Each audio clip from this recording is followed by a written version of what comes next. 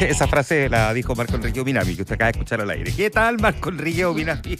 ¿Cómo le va? Me autodenuncio. Víctor Manuel Avilés, un momio encantador. Estamos hablando constitucionalista, facho, dulce. Estamos hablando de Víctor Manuel Avilés, gran ser humano, gran abogado. Tipo. ¿Cómo está Marco Enrique Ominami?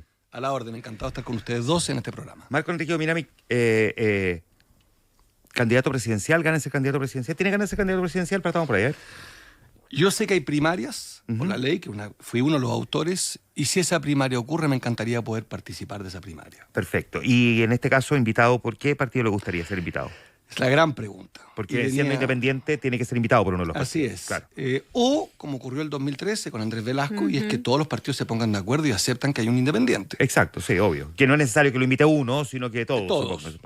Y no sé si incluso alguno alcanzaría, no sé cómo pasa esto, los detalles del mecanismo. Yo sé cosas, otras que no sé. Yo sé que hay primarias, a mí me encantaría estar, sé que represento un grupo de ideas y una fuerza en Chile. A la alza, a la baja, podemos discutir largamente. Es una fuerza que representa una voluntad de cambio progresista, humanista, tranquilo, y eso a mi juicio, si no está en la primaria, va a terminar expresado en otro momento en la primera vuelta, y es un error. Me encantaría, después de 4 intentos de primarias, la historia es aburrida, pero rápidamente, Frei no quiso primarias conmigo, Bachelet no participó activamente que yo entrara a la primaria, Guillé y el Frente Amplio el 2017 tampoco, y el 2021, como es público y notorio, hice una primaria chica, Jadwe Boric, que fue exitosísima, pero sectaria. Me encantaría, si hay primarias, que los partidos cambien. Creo que los partidos no están leyendo bien el escenario. Los partidos del oficialismo. De la centroizquierda, sí, creo que están leyendo mal. ¿Por qué? Cuando sistemáticamente encuestas o incluso el sentido común indica que los 3 liderazgos más importantes de Chile, olvídate de las encuestas, pero son los que van arriba, los que construyen la discusión. Matei, hija de un golpista. No es culpa de Kast, es hijo de un nazi. No es culpa de él, pero representa ideas extremadamente duras y rígidas. El tercero es alguien que adhiere a que vuelva lo peor de nuestra historia y se haga ahora, sobre texto de la eficiencia. Kaiser. Cuando esos 3 liderazgos van arriba tan contundentemente, tan sistemáticamente, es la expresión de algo que se llama rechazo a un gobierno. Si fuera al revés, los liderazgos del gobierno serían los punteros en toda la encuesta. Y pasa exactamente lo contrario. Entonces creo que los partidos están decididos, y yo lo interpreto, es una interpretación insuficiente, pero es la mía. Dan por perdida la elección y dicen, vámonos a cuidar el Parlamento. Lo que importa son los parlamentarios. ¿Usted cree que el oficialismo en el fondo asume en la práctica, aunque no lo dicen, que no van a Sí. ganar la presidencial, por lo tanto hacen el paripé, digamos, del formato democrático de una primaria eventualmente, pero en el fondo asumiendo que en realidad lo importante aquí es conservar el Congreso? Así es, que tiene una lógica. No me parece ni antidemocrática ni obscena, no es la mía, es la lógica que yo creo está en el gobierno. Más aún creo que en La Moneda no le acomoda una campaña competitiva, le acompaña mucho más que venga la extrema derecha para volver ellos mismos, que es la lógica de muchos presidentes de la historia de ¿Y Chile. por qué le interesaría en ese caso a Marco Enrique Ominami participar de una primaria si efectivamente entiende que esa primaria para este grupo de políticos en el fondo es poco trascendente y poco relevante, porque la convicción de Marco, en el fondo ellas creen que no importa quién sea el candidato van a perder la presidencial? ¿Por qué en ese caso Marco quisiera participar de esa primaria y no llegar independiente directo a la primera vuelta? Por eso mismo, porque está en las premisas de la pregunta está la respuesta, si me permites. Por eso mismo, porque creo que se puede ganar. Yo discrepo completamente de un cierto derrotismo que hay en el mundo humanista en Chile. Yo creo que cuando haya debate no se resiste un minuto a las propuestas que nos hacen ellos. Ahora hay que ir al debate, las peleas hay que darlas. Si el fenómeno que se quieren instalar en Chile, un poco el de Kamala Harris en Estados Unidos, la elección reciente, es creer que alguien con buena onda, con un cierto look moderno, un cierto de estilo californiano le va a ganar a Trump, pasó por 10 puntos la diferencia y fue inverso. Lo mismo pasó con Sergio Massa, amigo mío en Argentina. Milei le ganó por 12 puntos. Entonces yo creo que aquí estamos exactamente en la misma lógica. Y yo que, al igual que ustedes, soy un hombre sensible a lo que pasa dentro de mi país, pero también fuera, la experiencia indica que las elecciones se pueden ganar, pero hay que dar la batalla. ¿Por qué cree? Por eso mismo creo que es interesante que nosotros estemos en la primaria. ¿Por qué cree, perdón, quiero retomar una cosa que dijo hace un momento, por qué cree que los 3 liderazgos que usted los describe en la interpretación que usted hace son esos liderazgos valorados por la ciudadanía hoy día? ¿Por qué cree que Matei, Kast y Kaiser son hoy día los que aparecen, según la encuesta, con mayores posibilidades eventualmente de gobernar Chile, o al menos de tener un mayor nivel de respaldo de la ciudadanía? ¿Qué está viendo la ciudadanía en ellos que no ve en ninguno de los candidatos, al menos hoy día, del oficialismo? Intento 2 respuestas. Una es el cambio. Así de simple. Son liderazgos que no están en la responsabilidad del Ejecutivo. Eso los libera y les permite decir que mañana será un día mejor. legítimamente si no están gobernando. Esa es una hipótesis insuficiente. La segunda, que yo sí creo, es que hay una gran molestia en el mundo entero, en el mundo occidental, el nuestro, el mundo que nos alcanza para analizar con propiedad, el mundo occidental. Hay una gran crisis con el Estado y la democracia. Hay una sensación de que el Estado vive y permite la desigualdad y que la democracia convive con el narcotráfico. Como que la democracia es permeable. Y entonces se instala con mucha fuerza una gran demanda de decir, mire, el Estado y la democracia no son suficientes. Y quien más dispara al Estado y la democracia aparece como fuerza de cambio. Y quien más defiende el Estado y la democracia aparece como conservador. Entonces se invierten los roles. Ellos que son ultraconservadores, que a mi juicio son de pensamientos retrógrados del siglo XVIII, fórmulas que además ya se aplicaron en Chile en los años 80 y fueron un fracaso, nos instalan una idea que es muy elocuente, es el pasado fue mejor. Eso es lo que nos dice Kaiser, ¿no? Que los años 80 fueron mejores que los 90, los 2000 y 2010. Eso. Es la lógica que tienen los reaccionarios del tipo del nacional libertario, ¿no? Y está muy fuerte en el mundo entero la gran insatisfacción con el Estado y la democracia. Y el mundo progresista en el mundo entero se pone a defender una especie de obispado. Oiga, pero el Estado existe. Y la democracia, sin atender que buena parte de los pueblos de América Latina, Caribe y de Chile ya sienten que el Estado no les resuelve, uno, el empleo, puesto que en Argentina, en Ecuador, 50% del trabajo es informal. O sea, la mitad de los trabajadores de esos países no dependen del Estado. En Chile 28%, y al alza. Dos, siente que eligen, castigan y premian, y que igual el narcotráfico y la inseguridad aumenta. Legítimamente ese sentimiento existe y hay que absorberlo y no negarlo. Y veo en las candidaturas de centro-izquierda una especie de conservadurismo cómodo. No, pero lo que dice Kaiser son brutalidades, lo que hay que hacer es defender la democracia. Bueno, es frase vacía. Vacía para mucha gente que votó Bachelet, Piñera, Boric, o que fue contradiciéndose, como demuestran las elecciones por lo demás, que es un voto aparentemente contradictorio, pues coherente con el cambio. Hay gente que dice, yo quiero ver una alternativa distinta a lo que existe.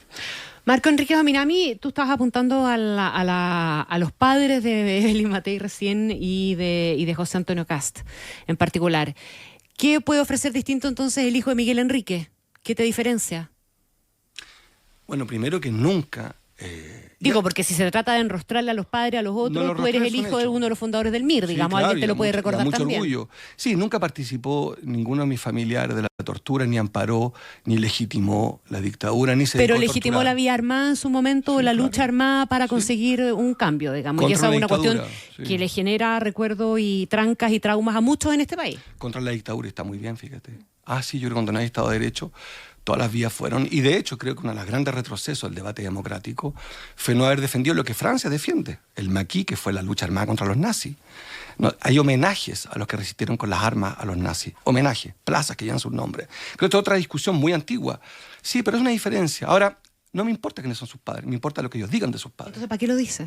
Porque ellos los defienden. Porque defienden y amparan esos valores. Como pues. tú defiendes a tu padre también. Es Claro. que me parece un poquitito tramposo, por eso te lo hago ver, nada más. Tramposo es la afirmación de que son lo mismo, lo que usted está tratando de hacer con su pregunta. ¿Cuál es su pregunta? No, yo no digo que son lo mismo. Bueno, sí lo está diciendo. Yo discrepo de usted, no son lo mismo. Efectivamente, son familias que desampararon en el Estado para violar, robar. Miguel Enríquez combatió a eso con las armas. La pregunta es cuánto condiciona eso los liderazgos que ellos tienen hoy día, así como cuánto condiciona ser hijo de Miguel Enríquez su liderazgo político hoy día. Creo que le respondí 2 veces, pero voy a la tercera. Ellos amparan eso, pues. Quieren volver a eso, lo dicen ellos, no yo. Yo le puedo decir algo más sobre Teo. Yo no creo en la lucha armada. ¿Qué dicen Kaiser, Kast y Matei? Que están orgullosos de esa historia. Con mentiras entre medio. Pero al final, ¿qué dicen? Que les encanta ese modelo. Son pinochetistas. Yo no creo en la lucha armada. Es más, le guste o no, yo soy candidato a presidente y he reconocido mis derrotas a las 21 horas 00 todas las noches. Y denuncié irregularidades, denuncié que me habían hecho trampa, pero nunca discutí que el presidente de Chile era Sebastián Piñera. Denuncié con muy mala mirada de muchos de ustedes en los mismos paneles de que eran unos corruptos y me habían inventado causas judiciales, un señor llamado Chadwick y Hermosilla. Y la mitad de los periodistas me dijeron que yo era un provocador, un insolente. Hoy quiero que me miren a los ojos y me repitan esto. Tenía razón. Había un triángulo de corruptos que compraban fiscales y jueces. Si quieren nos metemos a Google y chequeamos rápidamente lo que está pasando en la justicia chilena, en la fiscalía. No me equivoqué. Me inventaron causas con fiscales corruptos que se prestaron para sacarme de la carrera. Pero eso es un tiempo pasado. Ahora yo creo que ya le respondí. Yo no creo en la lucha armada. Por eso es que creo un partido, una fundación, participo del Estado Democrático de Derecho. Pero yo no defiendo ese pasado porque me parece que hay que repetirlo. Sí defiendo que en dictadura la resistencia era muy importante.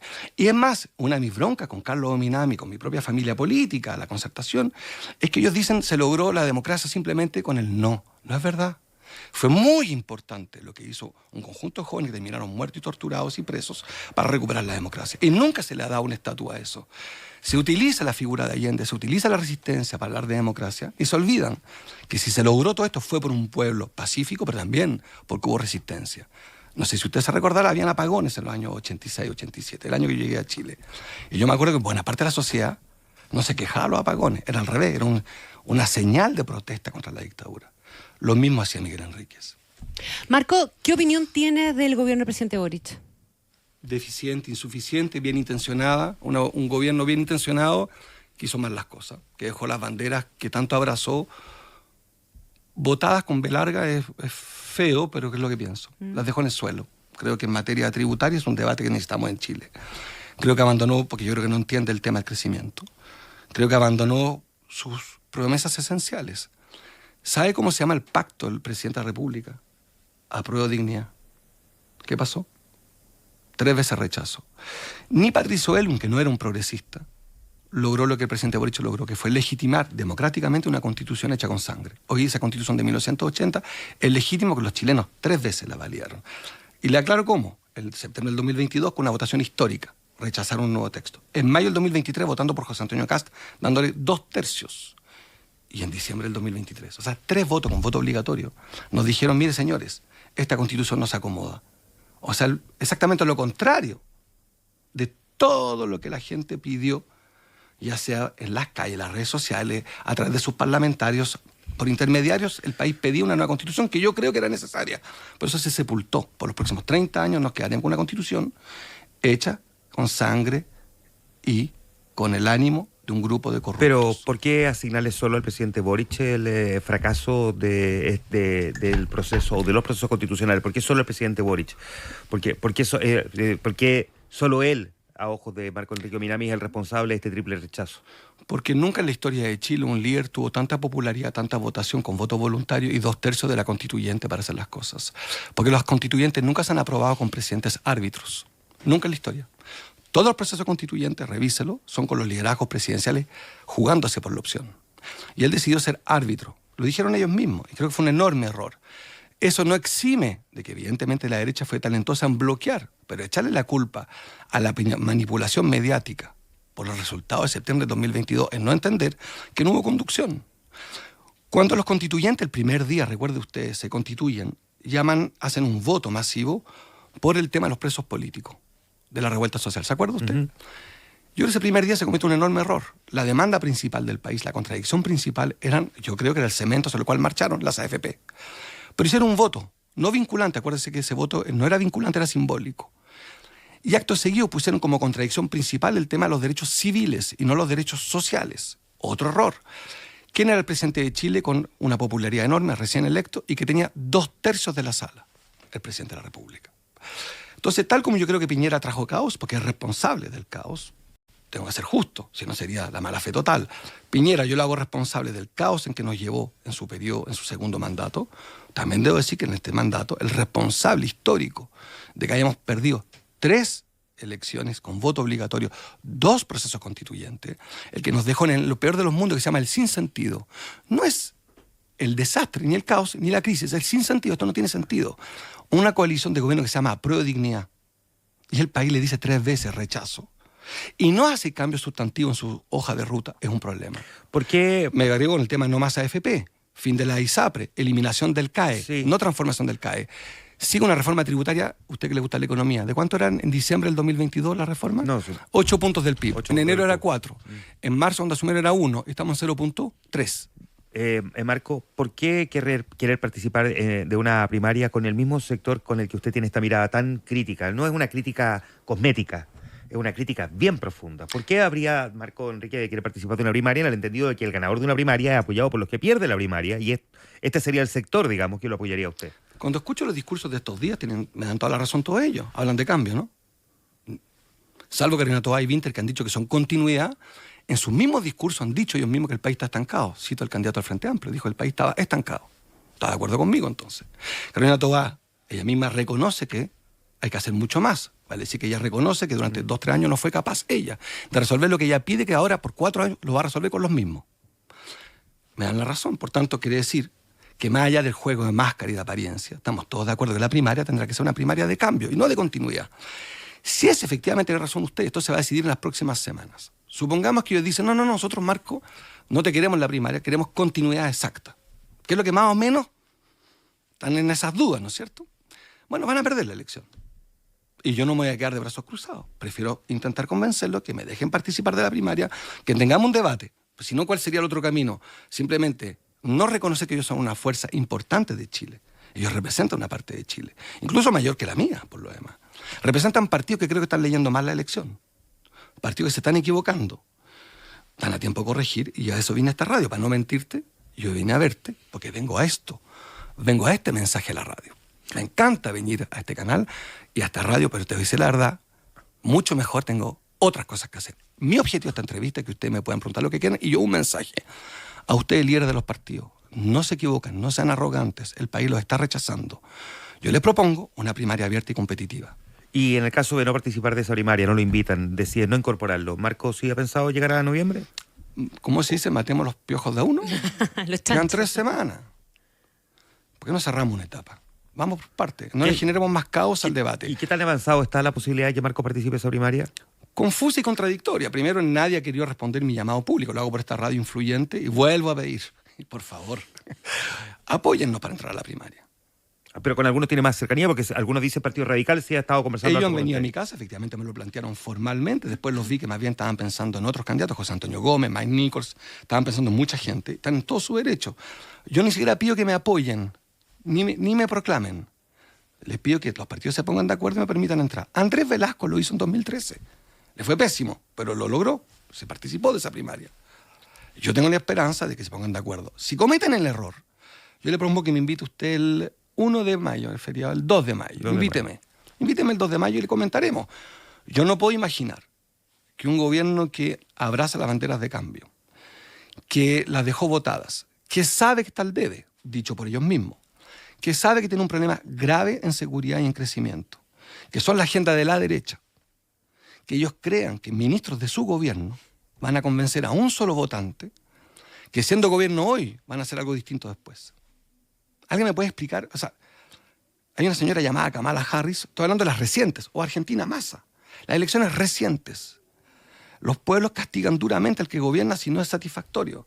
Y este es un gobierno que no está generando mayoritariamente felicidad. Mayoritariamente. Cualquier encuesta que usted quiera, cualquier aplicación de inteligencia artificial, cualquier vecino le va a decir que quiere cambio.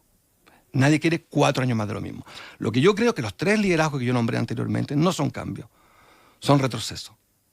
Una, porque desde que voy al colegio es autoridad pública. Evelyn Matei ha tenido todas las chances de cambiar Chile y no lo hizo. El otro, Kast, tuvo la oportunidad que ni yo había soñado en mi vida. 2/3 del país votó por él para hacer una constitución. Él, que había dicho que era eficiente, éramos todos unos ineptos, es el mayor de los ineptos. No fue capaz de promulgar una nueva constitución teniendo 2/3, no 51%. Y el tercero, Kaiser, al que yo creo que es un bruto en sus ideas y que se escapa del debate, y me gustaría que ustedes me invitaran a debatir con él, ha dicho barbaridades como, por ejemplo, eliminar el Ministerio de Educación. En una de las conquistas más importantes de la columna vertebral de la historia de Chile es la educación pública. En crisis, con un problema de acceso y de calidad, de acuerdo. Ahora, eliminar el Ministerio de Educación es renunciar al Estado docente, es renunciar a que los vecinos de este barrio que está donde estamos ahora tengan la misma educación algún día que los de Vitacura. Esa batalla no la voy a abandonar. Marco Enrique Minami, usted ha sido candidato, ha sido una figura política presente, ha marcado puntos de debate, inflexión, ha forzado, digamos, al progresismo a tener que repensar muchas veces su propia mirada. Cualquiera que conozca la historia política del país de las últimas 2 décadas tiene que reconocer la relevancia que ha tenido Marco en esas discusiones, esos debates que ha provocado al menos cada 4 años cuando hemos tenido elecciones presidenciales. Sin embargo, por lo mismo, yo siempre me he hecho esta pregunta. ¿Por qué con esa fuerza, con ese ímpetu, con esa claridad argumentativa y con la evolución propia que ha tenido Marco Enrique Minami también en la interpretación de los problemas políticos que ha tenido Chile, no fue capaz de sostener un partido político que lo respaldara y lo acompañara en esa aventura intelectual, por decirlo así, en política? ¿Qué pasó con el PRO que terminó, digamos, en lo que terminó? Disuelto. No, disuelto. Sí, nosotros decidimos disolverlo. nos fatigamos también. Los golpes fueron muy duros, de un triángulo de corruptos. Uno no lo quiero nombrar porque descansa en paz, pero a dos que están vivos y creo que tienen que estar presos, que son los mayores corruptores de la política chilena. Y fíjate mi contradicción, benefician de la presunción de inocencia todavía. Bueno, están ni siquiera acusados, que son Andrés Chadwick y Luis Hermosilla, arquitectos del mayor caso de corrupción de la historia de Chile. Ni Juan Pablo Dávila llegó tan lejos. Se compraron jueces, fiscales, de distintos niveles jueces, de la Corte Suprema, Corte de Apelaciones, fiscales que desembosadamente, por plata, protegieron a su sector político. Hágame incluso con el de la desaparición del PRI ahí, a ver. O sea, el de PRO. ¿Te parece? Sí, pero sí, no es lo mismo. me equivoqué en una vocal. Bueno, mire, es que es una lata de tema y yo no quiero echar a perder la entrevista con un amigo mío que quiero mucho. Me dice, Marco, tienes un enorme talento para ser desagradable en radios. Entonces no quiero serlo. No, pues yo estoy muy entretenido, Marco. Así que, Pero lo que me pasa, y se los digo mucho, ahí como lo digo con ustedes, con mayor originalidad, la historia ya la he contado 1000 veces. Nosotros teníamos 45 puntos en la encuesta en 2015 y nos inventaron 13 causas penales. Las he ganado 12 de las 13 en tribunales. Pero eso hace mucho daño, pero me da lata repetirlo porque echa a perder la entrevista. Es una música ya escuchada por buena parte del público. ¿Cree que en el fondo Claro. los ataques a Marco afectaron al resto del partido? Evidente, pues si fueron por el partido. Fiscales corruptos filtraron información falsa, periodistas poco éticos que se hicieron eco de eso. En esta entrevista me salían los periodistas con una información de la carpeta y entregaban la mitad de la carpeta. Y me echaban a perder la conversación, porque se prestaban para fiscales corruptos. Pablo Gómez Niada, lo nombro. Emiliano Arias, que reconoció haber sido contratado por Chadwick, siendo fiscal. Fiscal Guerra. ¿Alguna evidencia? ¿Quieren que...? Y ojalá se querellen, ¿eh? Los estoy esperando, vamos a tribunales cuando quieran. Corruptos. Ustedes corrompieron la democracia y yo fui, en su minuto uno, su objetivo. A petición de quien iba a ser presidente de Chile, Sebastián Piñera. ¿Qué le hace pensar a Marco que siguiendo ese mismo Es derrotero... una lata de tema y me carga. No, está bien, pero para terminar juego el este juego punto. porque después me dicen que no respondo. No, pero no, me no, carga no, el sí. tema porque lo encuentro aburrido para el público. No, No, ya. lo encuentro amable. Un último punto. ¿Qué le hace pensar a Marco que si quiere intentar de nuevo ser candidato presidencial, no le vaya a pasar lo mismo entonces? Bueno, primero porque aparte los fiscales están presos, están bastante desnudos. Después, porque toda la centroizquierda, que fue muy cobarde, cuando me dejaron votar y me empezaron a disparar, parte de ellos están procesados. Están metidos unos cuantos líos. No olvidaré nunca como una parte del Frente Amplio predicó en contra mí y hoy día está metido en el peor caso de corrupción reciente que se recuerde. La diputada Cata Pérez, vea lo que dijo de mí. Va a terminar presa, acuérdese. Daniel Jadwe, que predicó, está con arresto domiciliario. Puedo seguir. Una larga lista de gente que predicó, se sirvió el plato conmigo, yo terminé siendo inocente y ellos, por lo menos, no son culpables, pero con arresto domiciliario o en la cana. Eso me da una cierta altura para poder decirle, mire, yo a ustedes voy a hacer lo que ustedes no hicieron conmigo. Daniel Jadwe, Katy Barriga, Cata Pérez, yo los presumo inocentes, hasta que se pruebe lo contrario. ¿Qué? No.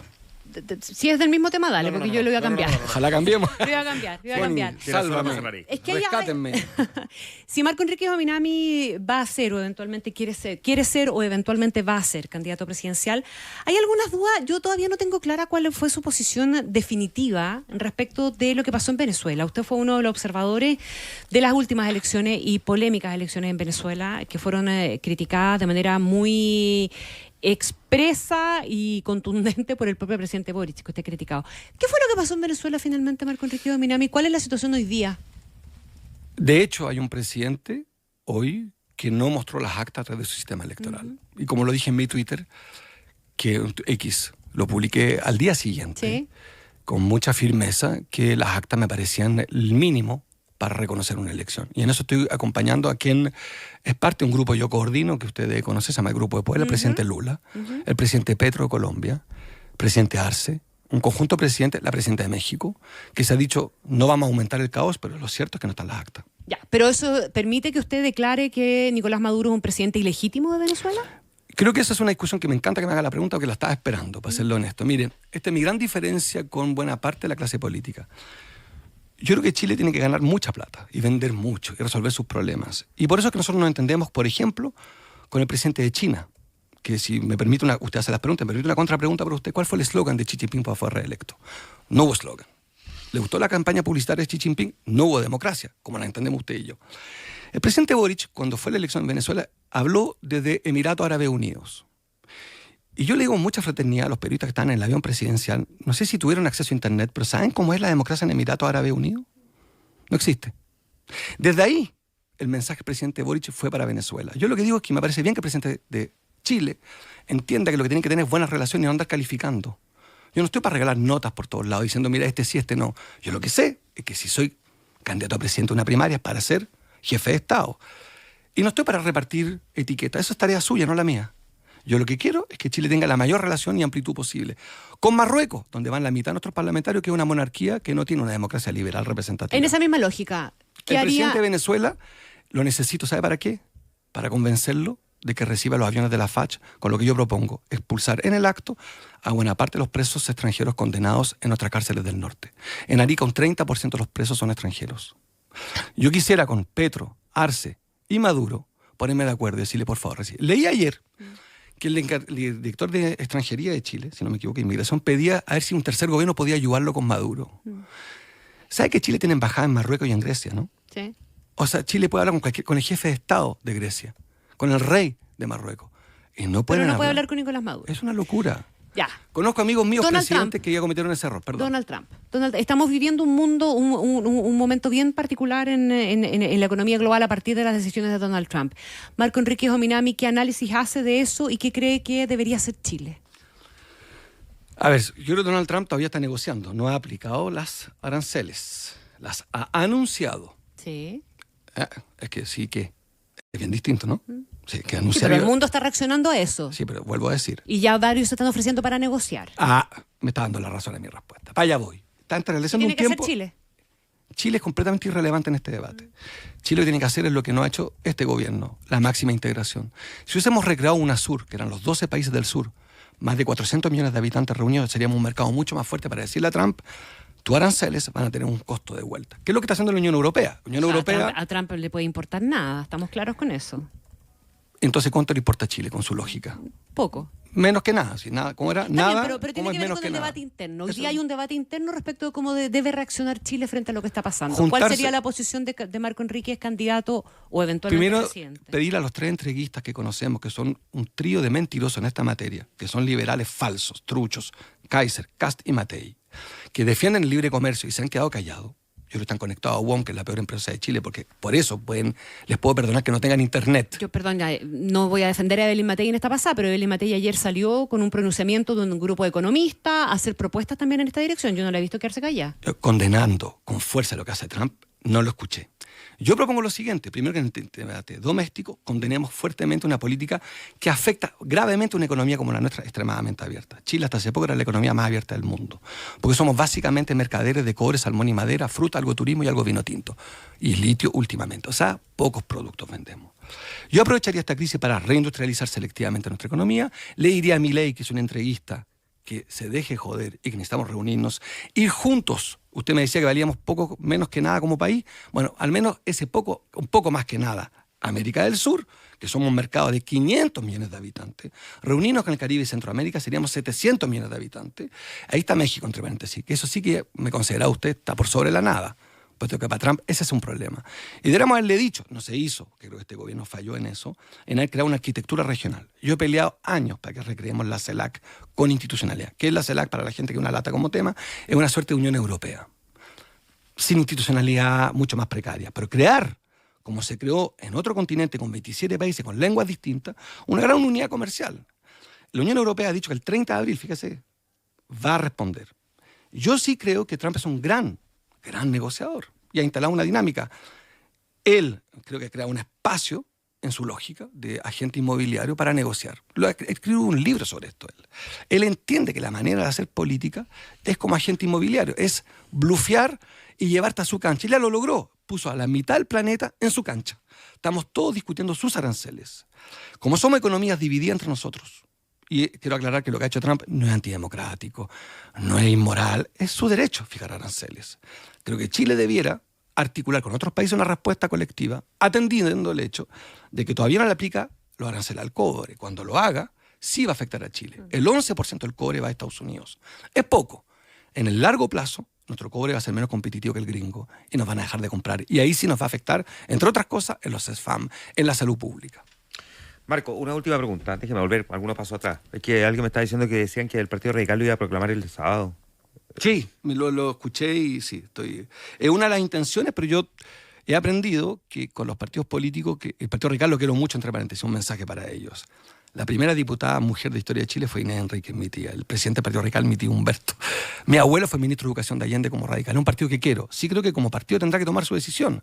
Si el Partido Radical quiere competir seriamente en la primaria para cambiar las cosas y no prolongar 4 años más de esto, cuenten conmigo. Pero, ¿qué sabe de esa idea de que lo van a proclamar el sábado? Porque Cuando leo la prensa leo lo contrario. Cuando me llaman escucho lo contrario también. Entonces esperemos ahora los hechos. no está concretado. No hay una entonces. invitación formal, digamos.